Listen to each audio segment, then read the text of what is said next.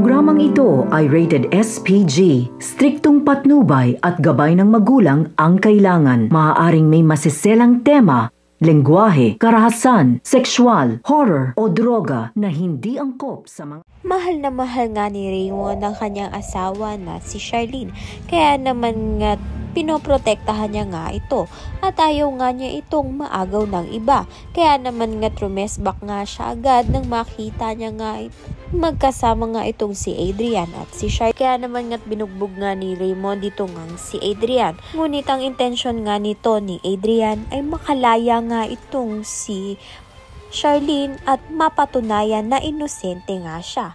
Samantalang gagamitin nga ni Divina ang pagkakataon na galit nga itong si Raymond kay Charlene, kaya naman nga pagsasamantalahan niya nga itong si Raymond.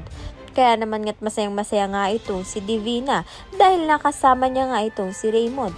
Ngunit kinabukasan nga ay magandang balita nga ang bumungad dahil ito ngang si Charlene ay makakalaya na nga sa wakas. Ngunit ito ngang si Divina ay hindi nga masaya sa balitang ito.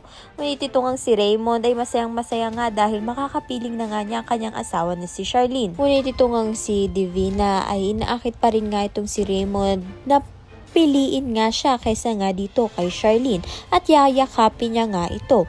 Ngunit makikita naman nga ito ng kasambahay nga nila at magsusumbong nga kay Charlene at may malaking posibilidad nga na ito ngang si Charlene ang mismo makipaghiwalay nga dito kay Raymond.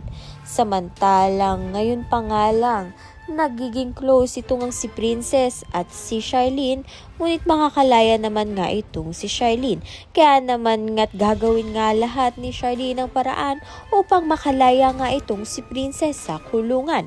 Ayan at iba pa ang dapat nating pakaabangan. Maraming salamat sa iyong panonood.